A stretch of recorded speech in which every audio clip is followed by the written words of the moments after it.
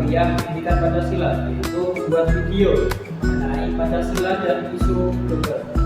Sebelumnya, perkenalkan, saya Muhammad Samsul Salim dengan NIM 25010503034. Saya Aisyah Lutfi Febriani dengan NIM 250105053. Saya Indah Laksana dengan NIM 25010503332. Saya Farul Abdul Pertama dengan NIM 25010505327. Saya Septiana Dwi Fedi Astuti dengan NIM 25010500319.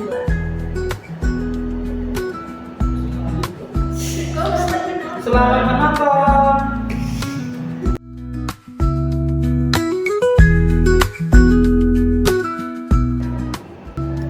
Halo, selamat datang di Nusantara Geopolitik, di mana hari ini kita akan membahas sesuatu yang kedengarannya itu jauh sekali, tapi ternyata dampaknya itu sangat dekat kepada kehidupan kita, yaitu dampak serangan Amerika Serikat Israel versus Iran. Dan bagaimana hal ini itu membuat Filipina menjadi darurat energi, harga BBM yang melonjak drastis, dan bahkan sampai kita warga Asia Tenggara itu ikut terlibat di dalamnya. Dan juga hari ini kita akan ditemani oleh kakak-kakak hebat kita. Halo kak. Halo. Halo.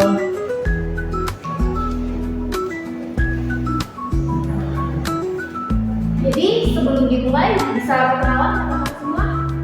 Sebelumnya nama saya Nida Laksana. Kalau saya namanya Aisyah Febriani, biasa dipanggil Lutfi. Nama saya Muhammad Samsul Salim, bisa dipanggil Samsul. Saya sendiri dari Panuri, biasa dipanggil Farul. Jadi sebelum kita membahas lebih jauh, kita akan menonton terlebih dahulu video yang akan membahas tentang hal-hal yang akan kita ulik ke depannya. Perang Iran melawan Amerika Serikat dan Israel mulai memicu darurat energi di sejumlah negara di dunia. Gangguan keamanan di Selat Hormuz membuat distribusi minyak global terganggu dan harga energi melonjak tajam hingga situasi darurat mulai terjadi. Negara Filipina misalnya yang telah menetapkan status darurat energi nasional pada Selasa 24 Maret 2026. Pemerintah memperingatkan cadangan bahan bakar nasional berada pada level mengkhawatirkan. Otoritas setempat bahkan menyebut operasional penerbangan berpotensi dihentikan sementara apabila pasokan aftur terus menurun. Selain Filipina, Sri Lanka juga menghadapi kekhawatiran yang sama. Negara yang sebelumnya mengalami krisis ekonomi ini kembali menerapkan kebijakan penghematan bahan bakar nasional. Pemerintah membatasi distribusi BBM dan mendorong pengurangan aktivitas transportasi. Sri Lanka juga mematikan lampu jalan, lampu neon, dan lampu papan reklame mulai pada Selasa 24 Maret 2026. Bahkan semua lembaga negara juga diminta mengurangi penggunaan pendingin ruangan. Selanjutnya, Jepang merespons lonjakan harga energi dengan membuka cadangan minyak strategis nasional mereka. Kebijakan ini diambil untuk menjaga stabilitas pasokan energi industri dan juga rumah tangga. Negara Vietnam ikut terdampak konflik berkecamuk di wilayah Timur Tengah. Otoritas Penerbangan Nasional Vietnam menangguhkan hampir 2 lusin penerbangan domestik per pekan mulai bulan depan. Kebijakan ini dikeluarkan karena keterbatasan pasokan bahan bakar yang disebabkan oleh perang di Timur Tengah.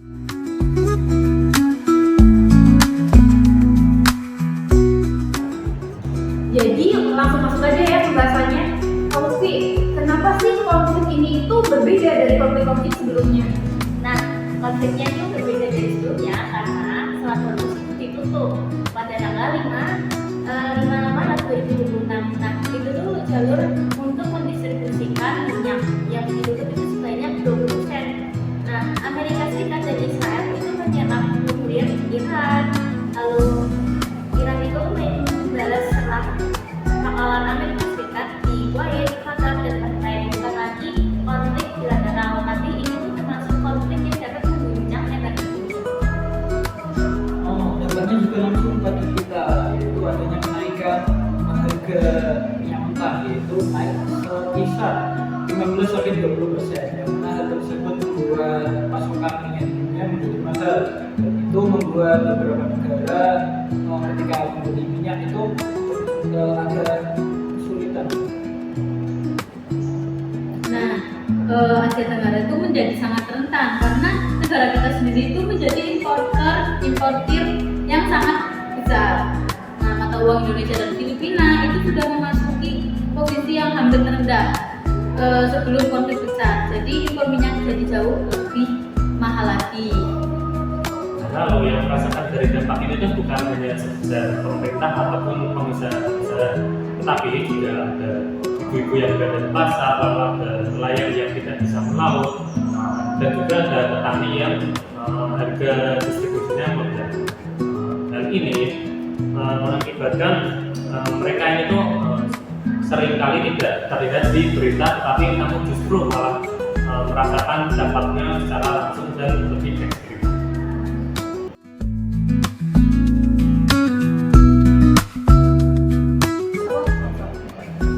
Jadi dari dampak perang, Filipina itu yang paling dramatis ya Kak Samsul? Untuk sebab Presiden Filipina sendiri, Presiden Marcos juga mengumumkan bahwa di negara sendiri terdapat krisis, itu pada tanggal 26 Maret 2005 ini. Selain itu juga dia juga melakukan WFH kepada para pekerja di negaranya untuk tidak berangkat ke pabrik atau ke perusahaan guna untuk menghemat BBM.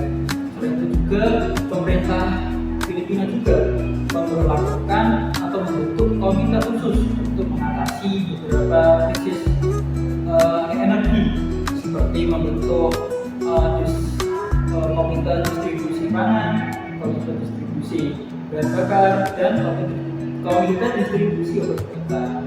Itu guna untuk mengatasi krisis global yang terjadi Filipina ini.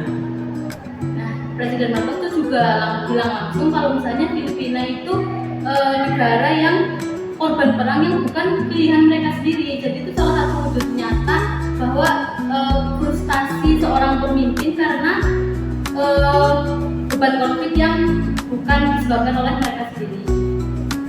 Nah, di sisi lain juga serikat buruh di Timur khawatir terkait mengkritik keras mereka itu menganggap bahwa pemerintah itu gagal dalam mengantisipasi krisis dan mereka khawatir terkait aturan yang akan membatasi hak mereka.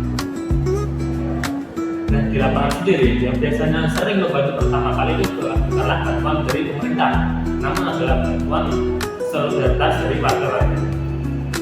Bentuk bantuan dari warga-warga ini seringnya berbentuk seperti dapur umum, dan dapur umum di sini menyebabkan lembaga filantropi yang mengalami kewalahan. Nah, hal tersebut mengakibatkan yang mau menolong pun ikut terdampak susah juga. Hal inilah yang munculnya paradoks yang menjadikan.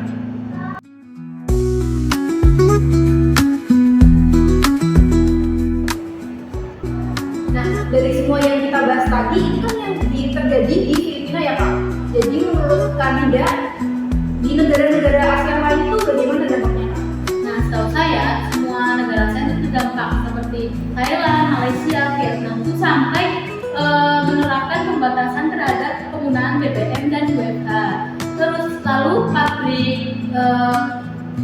pabrik petrokimia di Indonesia, Thailand, dan Singapura itu mengumumkan force majeure. Bahkan sampai digelar 48 tahun ASEAN itu di summit di Filipina 8 Mei 2026 itu khusus untuk membahas krisis energi ini. Nah, di Filipina juga itu mendorong skema berbagi energi adalah ASEAN dan itu mempercepat ASEAN Outreach yang menargetkan itu ada di 2045.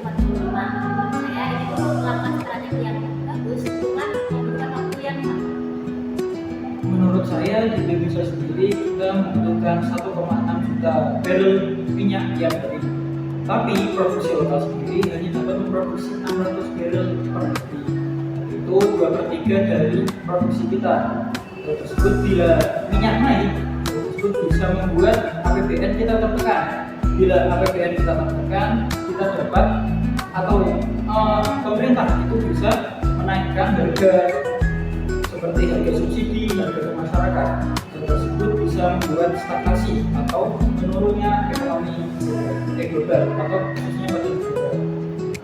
Dan justru di Bangladesh sendiri yang 95 minyaknya melalui impor, terjadi adanya panik buying. Masyarakat mulai mengantri pom bensin hingga berkilo-kilo. Nah, hal ini bukanlah sekedar krisis ekonomi lagi, namun terjadi krisis psikologis pada masyarakat.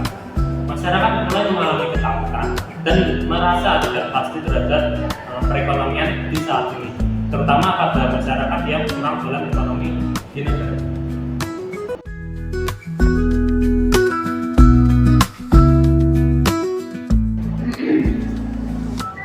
Dari yang kita bahas tadi, kita akan membahas dari sisi ekonominya ya Kak.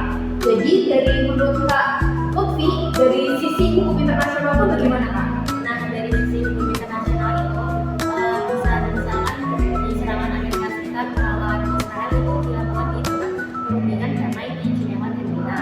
Nah, itu merupakan pelanggaran etikat baik diplomasi internasional. Tindakan Israel di Gaza dan Rafah pun itu dianggap sebagai unsur genosida menurut kerangka hukum internasional, yang dimana itu niatnya untuk menghancurkan kelompok ISIS.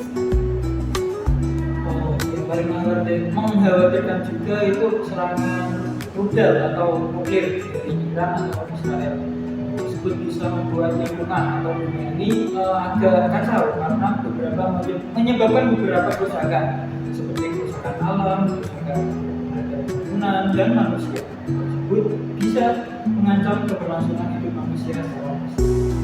Nah, World of Peace yang digagas oleh Amerika Serikat itu justru malah menjadi kontradiktif. Serangan terhadap Iran terjadi hanya beberapa hari setelah kesepakatan ditangani di Washington. Dari lapangan, sipil selalu menjadi korban pertama dan korban terakhir. Di Gaza sendiri sudah terdapat banyak sekali orang yang kehilangan keluarga dan juga rumah. Apabila konflik di sini mulai melebar lagi, makin banyak bantuan yang sulit untuk masuk. Hal ini mengakibatkan korban menjadi tragedi. Di meja diplomasi, mereka berbicara mengenai kepentingan nasional.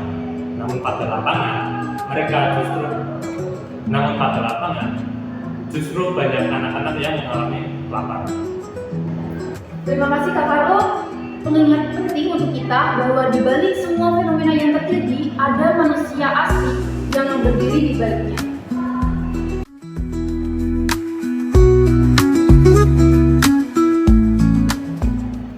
Indonesia sendiri merupakan negara yang sangat unik. Kita memiliki suatu lambang negara yang sangat dijunjung tinggi oleh masyarakat di dalamnya, yaitu Pancasila.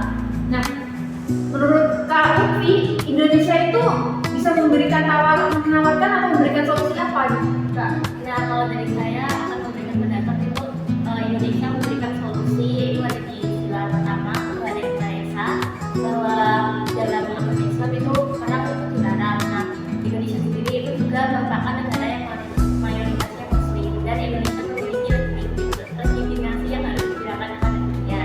Lalu juga bisa mendorong PBB untuk tidak hanya memberikan sekedar empati. Lalu sila kedua yaitu kemanusiaan yang adil dan beradab. Jadi di Indonesia itu tidak boleh ada standar ganda. Serangan ke sipil, anak-anak, bahkan ke rumah sakit itu tidak bisa dibenarkan atas alasan apapun itu. Indonesia harus memimpin koalisasi ASEAN, membuat koridor kemanusiaan agar bantuan itu bisa masuk ke zona konflik. Ya betul nih, memang seharusnya kemanusiaan itu tidak mengenal batas-batas negara. Indonesia sendiri seharusnya menyuarakan hal ini di forum PBB. Indonesia tidak boleh hanya sekedar menjadi penonton saja. Menurut sila ketiga juga dijelaskan bahwa kita bangsa Indonesia seharusnya bekerjasama dengan bangsa-bangsa sekitar seperti ASEAN untuk mempercepat energi terbarukan. Yang mana kita tahu energi terbarukan sendiri dapat berguna untuk mensejahterakan rakyat. Selain itu juga kita sebagai negara Indonesia perlu untuk meningkatkan kapasitas pangan kita agar dapat memenuhi kebutuhan rakyat kita, dapat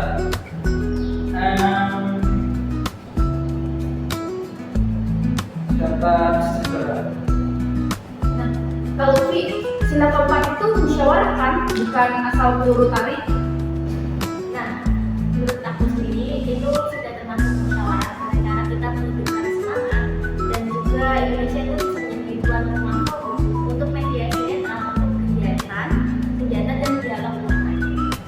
Lalu sila kelima yaitu keadilan sosial. Nah, ketika BBM naik akibat perang orang lain, pastikan subsidi itu tepat sasaran.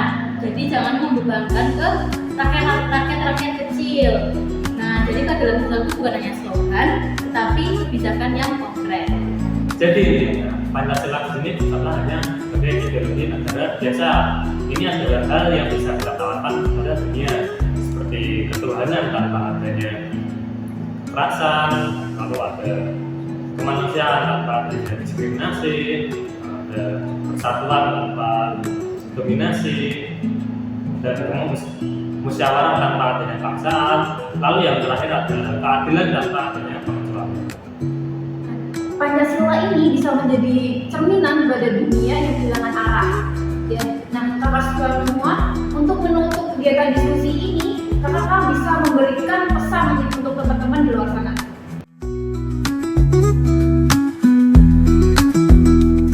Dari kalau Lutfi kasih ke teman-teman di luar sana pesan yang paling kalau Lutfi pegang. Oke, jadi aku bakal ngasih satu pesan buat teman-teman, yaitu ada di salah satu kalimat. Jadi yang salah satu itu perang itu tidak suci, tidak suci secara keseluruhan. Nah, Indonesia ini juga itu bisa menggunakan suara kita di depan PBB untuk menyuarakan terkait bahwa di agama kita itu melarang terkait perang. Dan juga untuk yang keempat itu kita bisa menjadi tuan rumah dalam musyawarah yang adil dan damai. Lalu saya ingin memberikan pesan mengenai kemanusiaan. Jadi dunia kita tuh bukan kekurangan senjata, tetapi kekurangan empati. Nyawa itu tidak ada kelas 1, kelas 2, atau kelas 3. Maka dari itu kayak anak-anak di Gaza tidak layak dihukum karena geopolitik orang dewasa. Jadi kita harus tetap menjaga rasa empati kepada sesama manusia.